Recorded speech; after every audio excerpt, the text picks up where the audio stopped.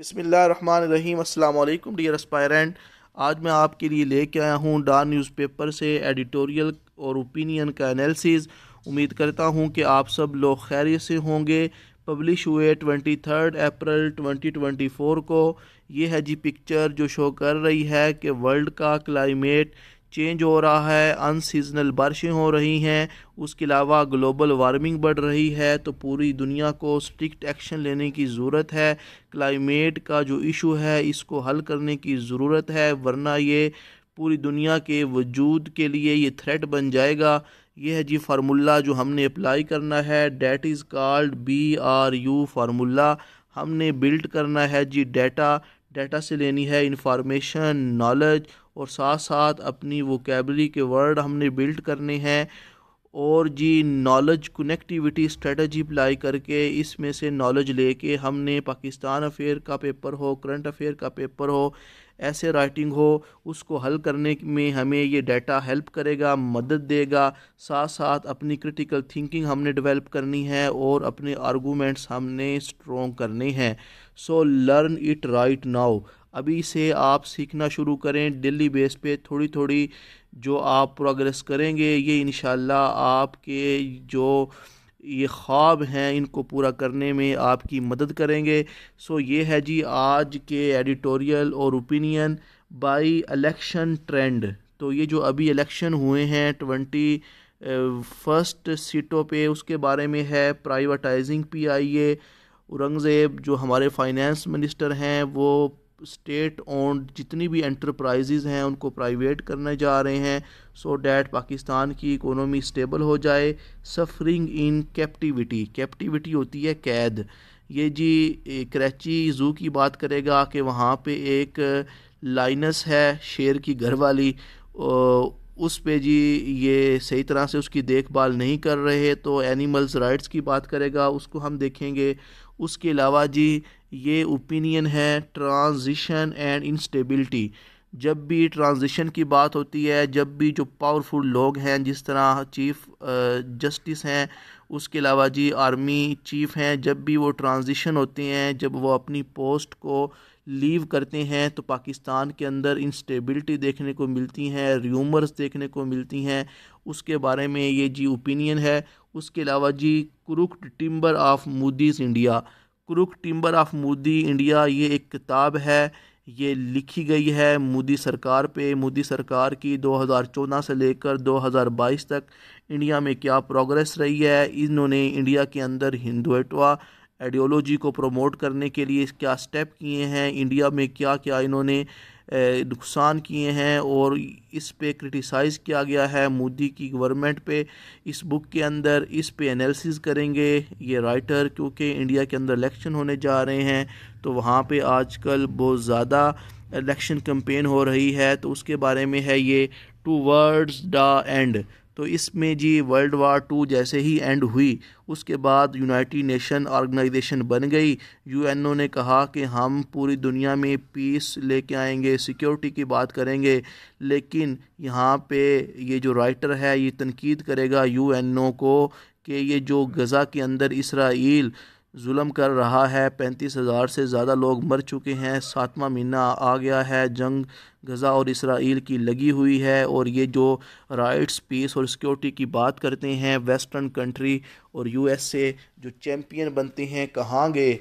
क्यों ये जो है इसराइल का जो जुल्म है गज़ा पे उसको रुकवाने के लिए इकदाम नहीं उठा रहे? इस पे जी ये बात है रॉन्ग चॉइसेस। पाकिस्तान के अंदर जो इरिगेशन सिस्टम है, जो नहरी निज़ाम है, जो जी पानी प्रोवाइड करता है एग्रीकल्चर लैंड को, उसके बारे में है। पंजाब और सिंध का कन्फ्लिक्ट जो है वो शुरू हो गया है, और जो इरसा है जो कि पानी की डिवीज़न की ज़िम्मेदार है पाकिस्तान के दरियाओं की, पाकिस्तान के अंदर, उसके बारे में है ये जी। सो ये है जी आज का लेक्चर। उम्मीद करता हूँ कि आपके लिए बड़ा इम्पोर्टेंट रहेगा। सो आपके लाइक करने से, कमेंट करने से, सब्सक्राइब करने से मेरा हौसला बढ़ता है, और ये जो मैं मेहनत करता हूँ जस्ट फॉर यू पीपल। सो जी ये है हमारा सबसे पहला एडिटोरियल बाय इलेक्शन ट्रेंड।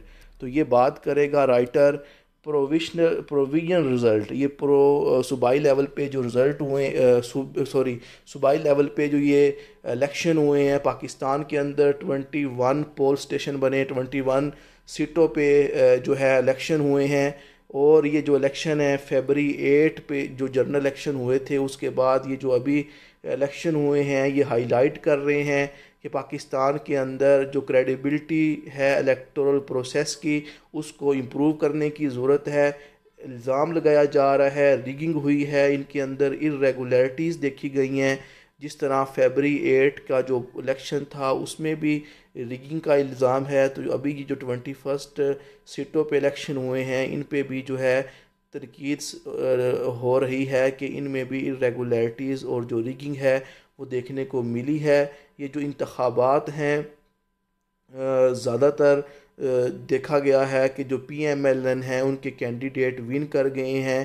तो ये कहना है राइटर का, जो कॉन्स्टिट्यूंसीज़ होता है हलके, मतलब जिन हलकों से ज़्यादातर कॉन्स्टिट्यूंसीज़ का मतलब है हलके, जो 21 ये जो पोल्स हैं जो हुए हैं 21 सीटों पे, इन हलकों में PMLN जो है ये विन कर गई है।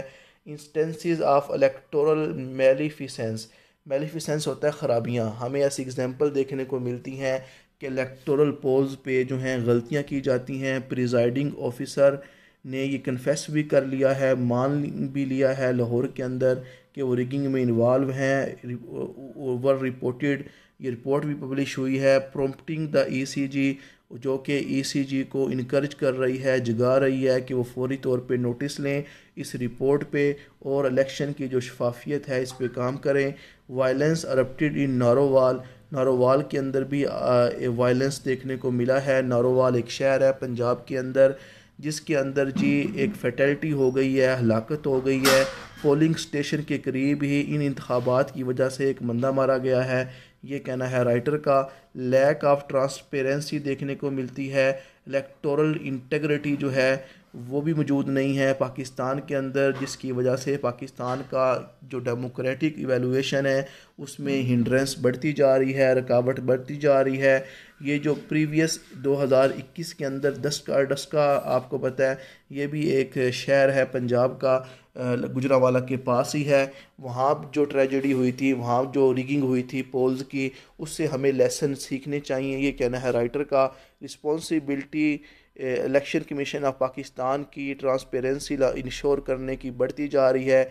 अदर गवर्नमेंट जो एंटिटीज़ हैं, स्टेट एक्टर हैं और ब्यूरोक्रेसी जो है उसको भी इलेक्टोरल इंटेग्रिटी को प्रमोट करने में अहम किरदार अदा करना चाहिए। बाई इलेक्शन इन पाकिस्तान, जब भी इंतखाब होते हैं पाकिस्तान में, historically attract voter interest. History में हमने देखा गया है कि वोटर अपनी इंटरेस्ट की बेस पे आते हैं। Often resulting maintaining the status को, अभी भी पुराने ज़माने का जो सूरत हाल है वही इलेक्शन में देखने को मिली है। रिसेंट जो PMLN की विक्ट्री देखी गई है 21 हलकों में, which are more indicative of voter preference for stability. बहुत ज़्यादा वोटर जो हैं वोट डालने को नहीं आए, बहुत कम वोटर निकले हैं और इंडिकेट कर रहा है कि वो अब मुल्क में सिर्फ स्टेबिलिटी चाहते हैं, वो पार्टी के नरेटिव की तस्दीक नहीं कर रहे, जस्ट वो मोहरें उन्होंने लगाई हैं कि पाकिस्तान में थोड़ी स्टेबिलिटी आ जाए। रिगिंग जो है अभी भी मौजूद है, चैलेंज कर रही है रूलिंग पार्टी की जो तस्वीर कशी है, पोर्ट्रेयल है जो हमें देखने को मिल रहा है। Necessitating effort for all stakeholder, जितने भी ये लवाहिकीन हैं, जितने भी हिस्सादार हैं, ये जो फ्री इलेक्शन करवाने में अहम किरदार अदा करें और जितनी भी कंट्रोवर्सी पैदा होती है रिगिंग को लेके इसको ख़त्म किया जाए, ये कहना है राइटर का। प्राइवेटाइजिंग PIA आपको पता है जी, इसको प्राइवेटाइज़ किया जा रहा है। फाइनेंस मिनिस्टर औरंगज़ेब ने दोबारा ये कंफर्म कर दिया है, कमिटमेंट कर दी है। Conclude the disinvestment process of the national carrier by end June और अर्ली जून। कहता है कि वो प्रोजेक्ट जिसमें जी स्टेट इन्वेस्ट करती है और जो स्टेट पे एक बर्डन है जिनसे कोई फ़ायदा नहीं मिलता, जून के एंड में या जुलाई तक जितने भी ये स्टेट ओन कंपनीज़ हैं जो कि बर्डन है स्टेट पे, इनको प्राइवेटाइज कर दिया जाएगा। Signalling government dedication to privatisation, और गवर्नमेंट नज़र आ रहा है कि अब वो डेडिकेटेड है, प्राइवेटाइजेशन करने जा रही है इन स्टेट ओन्ड एंटरप्राइजेज को। Emphasises need for privatising state owned enterprises, और इस पे ज़ोर दिया जा रहा है कि ये जो स्टेट ओन्ड एंटरप्राइजेज हैं, जिस तरह स्टील मिल कराची है, और जिसको ऑलरेडी प्राइवेटाइज कर दिया गया है ऑलमोस्ट, तो इस पे ज़ोर दिया जा रहा है कि इनको प्राइवेटाइज कर दिया जाए। Citing massive annual losses of rise 500 billion, और ये कहा जाता है कि हर साल 500 बिलियन जो रुपीज़ हैं उनका लॉसेस देखने को मिलता है इन स्टेट ओन्ड एंटरप्राइजेज़ की वजह से, जो कि नेशनल बजट पे एक इम्पेक्ट पड़ता है। क्रेडिटर जिन पे से हम कर्ज़ा लेते हैं उन पे भी ये इम्पेक्ट पड़ता है, ये कहना है राइटर का। उसके अलावा जी, plan to privatise 3 main airport in Islamabad के 3 एयरपोर्ट को प्राइवेटाइज करने का प्लान बनाया जा रहा है। लाहौर एंड कराची को भी मेंशन किया गया है कि वहाँ के भी एयरपोर्ट जो हैं वो प्राइवेटाइज कर दिए जाएंगे, with expectation of bids for PIA with 2 to 3 weeks. 2 से 3 हफ्ते में PIA की जो बिड्स हैं, बोलियां हैं, वो लगना शुरू हो जाएंगी, और जो इन्वेस्टर हैं वो पैसे दे के PIA को ख़रीद लेगा। Lack of clarity on privatisation, ये जो प्राइवेटाइजेशन देखने को मिल रही है, PIA की जो सेल है, एयरपोर्ट को जो सेल किया जा रहा है, इनमें क्लैरिटी अभी नज़र नहीं आ रही। Outsourcing raises concern among stakeholder, और कुछ लोग जो ये स्टेक होल्डर हैं, ये जो हिस्सादार हैं स्टेट के, इन पे अपनी तशवीश शो कर रहे हैं, ये कहना है राइटर का। Initiative received driven by special investment facilitation council, और ये जो इनिशिएटिव देखने को मिल रहे हैं, ये कहा जा रहा है जो स्पेशल इन्वेस्टमेंट फैसिलिटेटेड काउंसिल है वो इन्वॉल्व है प्राइवेटाइजेशन के काम के अंदर। ये इन्वॉल्व कर रही है, इन्वेस्टर ला रही है फ्रेंडली गल्फ़ कंट्री से। इस तरह गवर्नमेंट टू गवर्नमेंट डील के ज़रिए ये जो कौंसल है जो बनाई गई है, स्पेशल इन्वेस्टमेंट फैसिलिटेशन कौंसल, ये हेल्प कर रही है प्राइवेटाइज़ करने में। Hasty pursuit of privatisation, writer कहता है ये जो जल्दबाजी दिखाई दे रही है प्राइवेटाइजेशन करने में, ख़ास तौर पे PIA को, ये डाउट्स और जो कंसर्न हैं इससे बढ़ रहे हैं। ख़ास तौर पे जो लीगल चैलेंज हैं और जो मल्टीलैटरल लेंडर हैं जो उधार देते हैं, जैसे कि वर्ल्ड बैंक, उसकी तरफ से और काफ़ी लोगों की तरफ से ये कॉशन किया जा रहा है कि इस काम में बड़ी एहतियात से काम लिया जाए और प्राइवेटाइजेशन करके मुल्क का नुकसान ना हो बल्कि फ़ायदा हो। उसके अलावा जी, emphasises on structured and plan privatisation process, ये जो प्राइवेटाइजेशन का प्रोसेस है इस पे ज़ोर दिया जा रहा है, ट्रांसपेरेंसी इसमें लाई जाए, and full disclosure to inspire public confidence, और इस अमल को प्राइवेटाइजेशन जो भी हो जो कि स्टेट ओन्ड एंटरप्राइजेज़ की है, इसको अवाम के सामने भी लाए जाए ताकि पब्लिक का कॉन्फिडेंस बढ़े। Fetch better prices for state owned asset, और जो स्टेट के ये एसेट हैं इनके लिए बेहतर कीमतें लगाई जाएं, ऐसे ही किसी को ना दे दी जाए वरना मुल्क का नुकसान होगा, ये कहना है राइटर का। सफरिंग इन कैप्टिविटी, ये 3rd एडिटोरियल है। कैप्टिविटी होती है कैद, क्रिटिकली इल लाइनस, ये जी एक शेरनी है कराची ज़ू के अंदर जो बड़ी बीमार है, हाईलाइट कर रही है कि उसको निगलेक्ट किया गया है।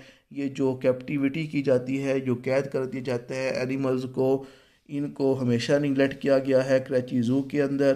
पास्ट ट्रेजिडीज़ भी हमें देखने को मिली है, वेरियस वाइल्ड एनिमल जो है जिसमें मर गए थे। Underscore the need for urgent action, और अब ये इस बात को अंडरलाइन कर रहा है कि हमें एनिमल की वेलफेयर के लिए अर्जेंट एक्शन की ज़रूरत है कराची ज़ू के अंदर। ये है जी लाइनस, और वर्ल्ड एनिमल एंड ज़ू को प्रोटेक्ट करने के लिए पूरी दुनिया में काम होता है। Using zoo welfare assessment identify common issue in developing country zoo, तो ये रिपोर्ट भी पब्लिश होती है कि जितने भी डेवलपिंग कंट्री है वहाँ पे जो एनिमल के ज़ू हैं वहाँ पे एनिमल्स को बहुत ज़्यादा इशू फेस करने को मिलते हैं। कंपैरिजन विद इस्लामाबाद मरगा ज़ार ज़ू इस्लामाबाद के अंदर ये ज़ू था, इसको बंद कर दिया गया और इसको एक वाइल्ड लाइफ रेस्क्यू सेंटर में कन्वर्ट कर दिया गया है। ये एक प्रेसिडेंट है, नमूना है, एग्जाम्पल है कराची के लिए कि वो भी इसको फॉलो करें। ये भी सजेशन देखने को मिल रही हैं, कुछ लोग कह रहे हैं कि कराची ज़ू को प्राइवेटाइज़ कर दिया जाए और जो प्राइवेटाइज कंपनियां हैं वो स्ट्रिक्ट रिफॉर्म्स लाएं और उसके अलावा इस मेकनिज़म को ख़ुद देखें। और ये ज़ोर दिया जा रहा है कि सिंध हाई कोर्ट भी एनिमल्स को सेफ्टी प्रोवाइड करने के लिए कराची के अंदर इस तरफ मुतवज्जा हो और जो ये कैदी हैं एनिमल, इनकी सेफ़ गार्ड, इनको पूरी इनकी हिफाजत की जाए। और उसके अलावा ये ज़ोर दिया जाता है कि zoo evolving into centre for conservation, जितने भी ज़ू होते हैं इनको कंज़र्व करने के लिए एनिमल को बनाया जाता है और एजुकेशन के लिए बनाया जाता है, with a focus on replicating near natural habitats and ensuring animal welfare. और अब दुनिया इस बात पे फोकस कर रही है कि वो ज़ू के अलावा ऐसे नेचुरल पार्क्स बना दे जहाँ पे नेचुरल हैबिटेट हो और एनिमल की वेलफेयर पे जो है फोकस किया जा रहा है। Urgent need to reimagine Karachi zoo as sanctuary. तो राइटर कहता है कि कराची ज़ू को सेंचुरी में कन्वर्ट कर दो। सेंचुरी वो होता है जहाँ पे एनिमल एक नेचुरल हैबिटेट्स में रहते हैं। कंट्रीब्यूट टू कंजर्व एफर्ट्स, और एनिमल्स को कंजर्व करने की कोशिश की जाए। Consider closure if unable to meet welfare standard, और अगर जो कराची ज़ू है ये इंटरनेशनल स्टैंडर्ड को फॉलो नहीं करता तो इसको बंद कर दिया जाए, ये कहना है राइटर का। नेग्लिजेंस टूवर्ड कैप्टिव एनिमल, ये जो नेग्लिजेंस दिखाई देती है इन कैदी एनिमल के लिए, ये जुल्म है और इसको फौरी तौर पे हमें एड्रेस करना चाहिए। प्रॉम्प्टली होता है फौरी तौर पे। ये है जी ओपिनियन। आगे ट्रांजिशन एंड इंस्टेबिलिटी, ठीक है जी। ये जी आरिफा नूर हैं। How and why have these movements of transition turn into longer period of instability. Transition है जी, जब भी एक जो पावरफुल पोस्ट है पाकिस्तान में, जब वहाँ पे वो खाली होती है तो पाकिस्तान के अंदर इंस्टेबिलिटी देखने को मिलती है। र्यूमर्स, ये अफवाहें मिल रही हैं कि जो सुप्रीम कोर्ट के चीफ जस्टिस हैं उनको एक्सटेंशन मिलेगी, उनकी मुद्दत जो है वो बढ़ जाएगी। Discussed in recent television talk show, और ये जो अफवाह है इसको एक टॉक शो के अंदर भी डिस्कस किया गया और ये जो क्लिप है वीडियो का ये सोशल मीडिया पे सर्कुलेट भी हो रहा है। ये इस तरह की जो र्यूमर हैं ये नई नहीं हैं। Have been speculated during the tenure of previous chief justice as well.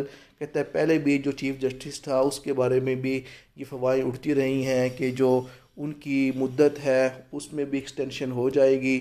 उसके अलावा जी जो ट्रांजिशन है ये की पोजीशन है not limited to judiciary.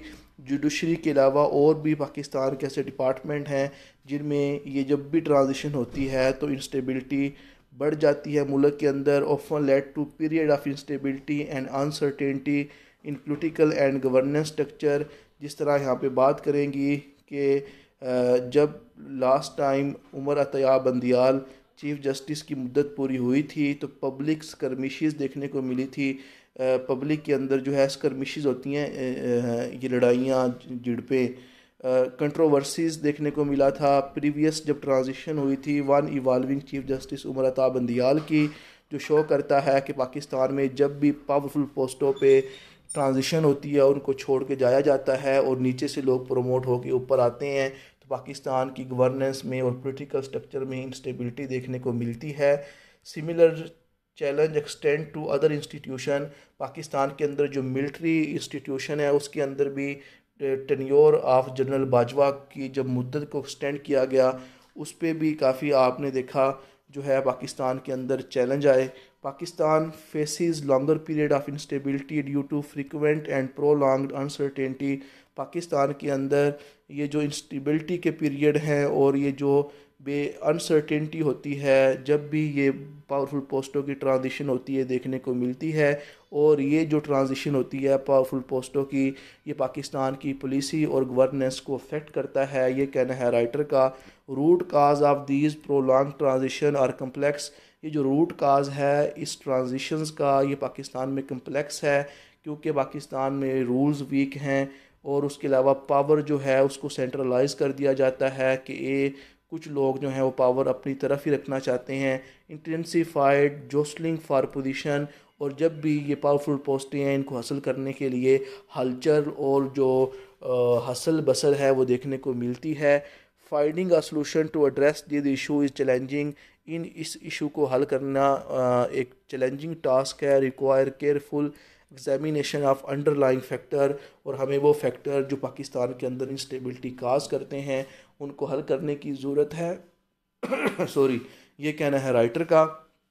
Next ये ओपिनियन है crooked timber of Modi India. Crooked होता है जी टेढ़ा, टिम्बर होता है शाख, मतलब मोदीज़ इंडिया। मोदी जब से आए ना इंडिया में, तो इंडिया में कोई ठीक चीज़ नहीं हुई। तो ये एक बुक लिखी है, क्रिटिसाइज़ कर रही है जो मोदी सरकार पे। तो देखते हैं जी क्या कहते हैं Javed Naqvi sahab. In the maze of these brilliant and credible critics, ये जो क्राइटिक्स होते हैं ना, जो तनकीद करते हैं, ये बड़े ब्रिलियंट लोग होते हैं। ये जो गवर्नमेंट पे तनकीद करते हैं, had acquired feature of fascism.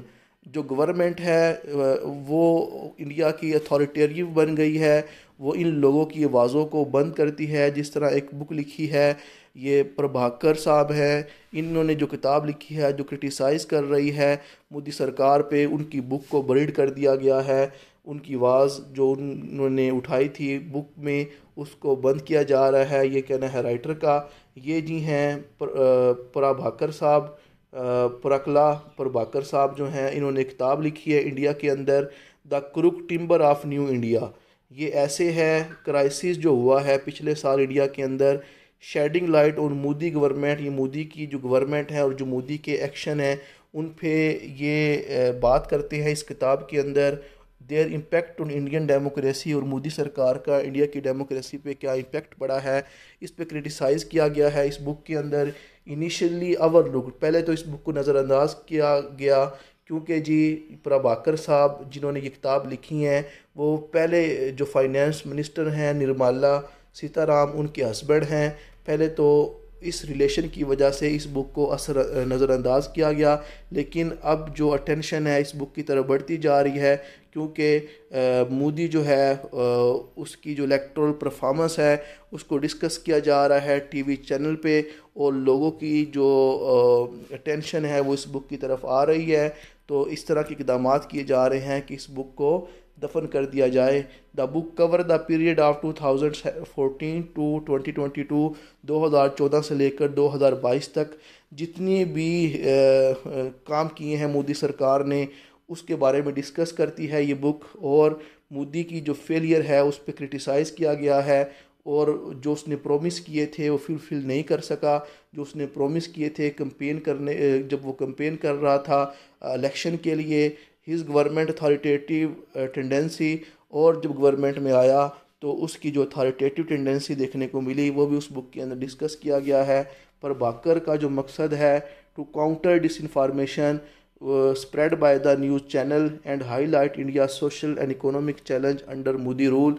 पर बाकर साहब जो है उनका मेन मकसद ये है कि जो चैनल है इंडिया के अंदर जो मोदी के यार हैं, मोदी के फेवर में बातें करते हैं कि वो डिस इन्फॉर्मेशन को प्रमोट करते हैं, और मोदी सरकार की वजह से इंडिया पे क्या सोशल इकोनॉमिक चैलेंज आया है उसको डिस्कस किया गया है इस किताब के अंदर।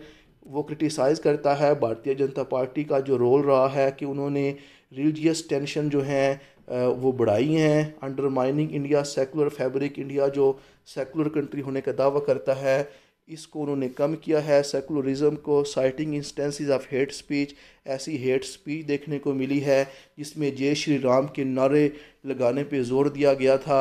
वायलेंस जो है मिनॉरिटीज़ के अगेंस्ट देखने को मिला है। पर बाकर बुक जो है ये सर्व करती है एक ये तस्वीर कशी है मोदी सरकार की इंडिया के अंदर, जो कि political social and economic landscape पे एक इंसाइट प्रोवाइड करती है, एक अंडरस्टैंडिंग प्रोवाइड करती है। लास्ट पे है जी लास्ट स्टोरी, सेकंड लास्ट होगा टूवर्ड्स द एंड।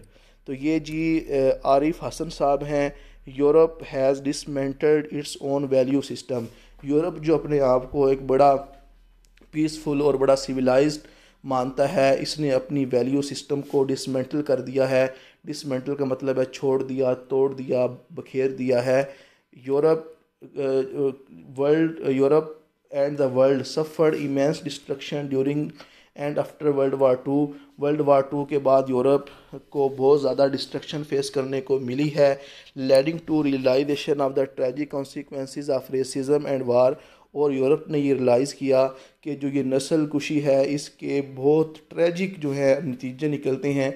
उसके बाद उन्होंने क्या किया जी, आपने देखा वर्ल्ड वार 2 के अंदर होलोकास्ट हुआ, हिटलर ने यहूदियों को मारा, mass murder of ethnic community, नस्ल तासुब यूरोप के अंदर बहुत बढ़ गया था। पार्टिकुलरली ज्यूज़ को लेकर become a focal point of post war Europe conscience. Conscience होता है ज़मीर। तो वर्ल्ड वार 2 के बाद यूरोपियों का ज़मीर जागा। उन्होंने कहा आइए जंगों को ख़त्म करने के लिए एक इदारा बनाते हैं।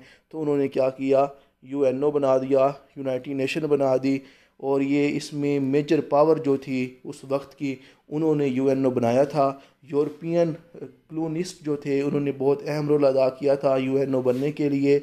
और यूएनओ बनने का मकसद था रिकरेंस। रिकरेंस होता है दोबारा, ये जो तबाहकुन एक्शन है दुनिया में ना हो, दुनिया में इक्वलिटी आए, पीस आए, रिस्पेक्ट आए, और जो नेशनल बाउंड्रीज़ है उनकी रिस्पेक्ट की जाए। हाउ एवर रिसेंट इवेंट, जो अभी रिसेंट इवेंट हो रहे हैं ख़ास तौर पे इसराइल और फ़लस्तीन की जो लड़ाई है, इस पे जो वेस्टर्न पावर हैं यूरोप और यूएस, वो इसराइल को सपोर्ट कर रहे हैं। और जो यूनाइटेड नेशन का जो प्रिंसिपल था पीस और सिक्योरिटी को प्रमोट करने का, उसकी ये तसियाँ उसको ये नहीं मान रहे। यूएनओ का जो प्रिंसिपल था उसको डिसमेंटल कर रहे हैं, बखेर रहे हैं, पीछे छोड़ रहे हैं, ये कहना है राइटर का।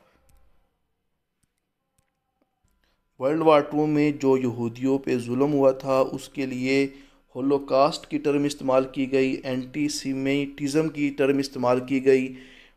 पोस्ट वार जो बाद ये जो दो लफ्ज़ थे, ये यूरोपियन ने गिल्ट फील किया और उन्होंने जी होलोकास्ट को डिनाई किया और इस पे जो क्रिटिसाइज़ किया कि जिन लोगों ने होलोकास्ट किया है, यहूदी क्योंकि एक बहुत स्ट्रॉन्ग लॉबी है, बड़े ये शातिर कौम है, इनके पास पैसा भी बहुत ज़्यादा था, तो इन्होंने ये दोनों टर्म जो थी होलोकास्ट और एंटीसेमिटिज़म को बड़ा प्रमोट किया। और जिन लोगों ने होलोकास्ट की थी ख़ास तौर पे जर्मनी में हिटलर के अंडर, उस पर क्रिटिसाइज़ किया गया यूरोप की तरफ से, often equating it with anti Israel sentiment. और जी इसराइल का जो सेंटीमेंट है अभी भी अगेंस्ट द होलोकास्ट, उसके साथ यूरोप जो है अपनी ये नारे जो हैं वो मिलाता है।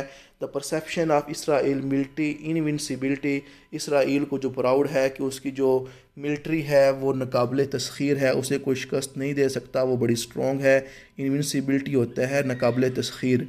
हैज़ बीन चैलेंज, उसको चैलेंज किया जा रहा है। ईरान की जो एक्शन देखने को मिले हैं, वेस्टर्न पब्लिक ओपिनियन जो है उसमें जो ख़ास तौर पे यंग लोग हैं वो क्रिटिसाइज़ कर रहे हैं वेस्टर्न कंट्रीज़ को। और उसके अलावा यूएसए के अंदर जो यंग लोग हैं वो क्रिटिसाइज़ कर रहे हैं जो बाइडन की हुकूमत पे कि वो क्यों इस जिनोसाइड को जो कि गज़ा के अंदर इसराइल कर रहा है उसको बंद करवाने के लिए क्यों एक्शन नहीं ले रहे। Increasingly opposes their government support for Israel. और ये जो वेस्टर्न कंट्री है इनकी जो सपोर्ट है इसराइल के लिए बढ़ती जा रही है, जो कि इनकी जो नारे थे पीस एंड सिक्योरिटी के, ह्यूमन राइट्स के, उसकी वायलेशन है, ये कहना है राइटर का। There is call to sustain protest against such policy. और ये ज़रूरत है कि ये जो अब अलायंस है पावरफुल मुल्कों का जो कि गज़ा के लोगों पे जुल्म कर रहे हैं, इसको रोकने के लिए प्रोटेस्ट करने की ज़रूरत है। Opponent of Israel to foster positive change. और उसके अलावा जी ये जो अपोनेंट हैं इसराइल के वो भी एक पॉजिटिव चेंज लेके आए, रेडिकेट करें क्लूनियल रिमेंट्स, ये जो क्लूनियल जेन रह गए हैं इनको रेडिकेट किया जाए। And create a fair world for future generation. और जो फ्यूचर जनरेशन है उसके लिए एक पीसफुल और उसके अलावा फेयर वर्ल्ड छोड़ के जाओ, ऐसा ना हो कि ये लड़ाइयाँ ही लड़ते रहें। ये कहना राइटर का। लास्ट पे है जी रॉन्ग चॉइसेस।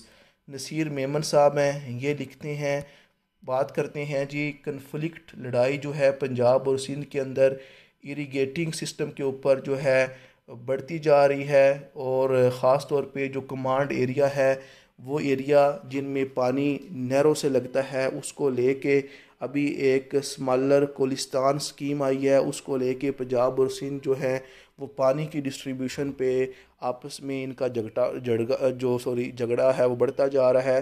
पंजाब सी का water availability certificate from the Indus river authority, IRSA जो एक इदारा पाकिस्तान के अंदर है, 1994 में बना था। इरसा जो है ये फेयर डिस्ट्रीब्यूशन ऑफ वाटर को इंश्योर करता है बिटवीन द प्रोविंस। तो इसने एक लेटर इशू किया है पंजाब को कि वो मिलियन ऑफ एकड़ ऑफ लैंड को स्मॉलर स्कीम जो है कोलिस्तान के अंडर उसको सैराब कर सकता है पानी से। और उसके अलावा जी feasibility study completed for greater Cholistan and smaller Cholistan scheme aim to bring a total 6.6 million acre of new land under canal command.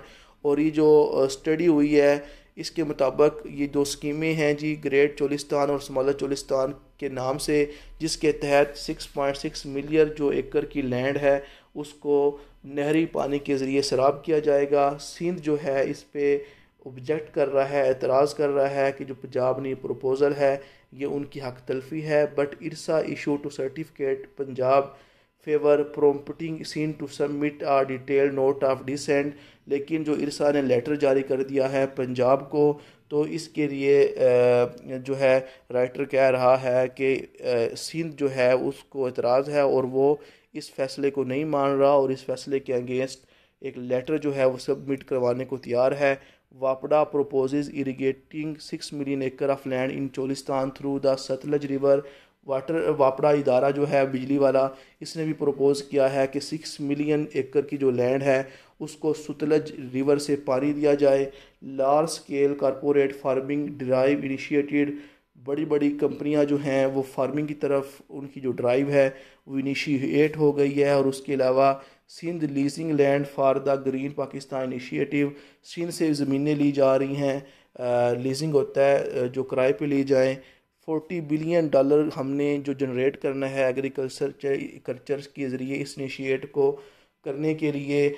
जो कारपोरेट्स हैं, कंपनियां हैं, वो जी सिंध से भी ज़मीन ले रही हैं, ये कहना है राइटर का। पंजाब प्रोपोजिज रिजर्वायर, पंजाब जो है वो प्रपोज़ कर रहा है इरसा को कि पानी को ज़ख़ीरा किया जाए, केनाल्स को लिंक किया जाए, बराज बनाए जाएं और जो चोलिस्तान ये जो प्रोजेक्ट है इसको पानी दिया जाए। Convey per annual flow from Chenab to Sutlej for irrigation, और ये पानी जो है पंजाब से सतलज दरिया की तरफ इसका बहाव बढ़ाया जाए। Concern raise our reliance on flood flow upstream diversion amid India aggression damming of Chenab. और ये जो चनाब का अपर स्ट्रीम है एरिया है जहाँ पे इंडिया जो है वहाँ पे डैम बना रहा है, इसकी वजह से ये इशू जनरेट हो रहा है कहीं पानी का फ़्लो ना कम हो जाए, potentially reducing flow to Sindh. और अगर सारा पानी चनाब ने जितना भी पानी अगर वो पंजाब ने इस्तेमाल कर लिया तो फिर सिंध पानी कहाँ से इस्तेमाल करेगा, ये कहना है राइटर का। पाकिस्तान फूड सिक्योरिटी का चैलेंज बढ़ता जा रहा है क्योंकि हमारी पॉपुलेशन बहुत ज़्यादा हो गई है। तो इस चीज़ की डिमांड है कि हम क्या करें जी, फूड प्रोडक्शन को इंक्रीज़ करें और जो एग्जिस्टिंग कल्टीवेटेड लैंड है उसको इफ़ेक्टिवली इस्तेमाल करें। रिकमेंडेशन जो है वो ये दी जाती है कि जो फार्म प्रैक्टिसेस हैं उसको इम्प्रूव किया जाए, मॉडर्न वाटर सप्लाई की जो टेक्निक्स हैं उनको लागू किया जाए, क्वालिटी सीड इस्तेमाल किए जाएं। इस तरह हम अपनी पैदावार और जो प्रोडक्शन है एग्रीकल्चर की वो बढ़ा सकते हैं और फूड जो इनसिक्योरिटी पैदा हो रही है इससे बच सकते हैं, ये कहना है राइटर का। ये हैं जी आज का idiom, beat around the Bush.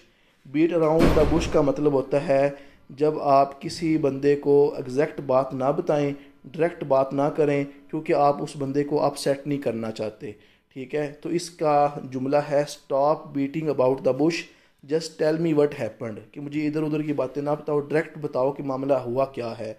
Stop beating about the bush, just tell me what happened. ये हैं जी आज के वोकेबलरी वर्ड्स।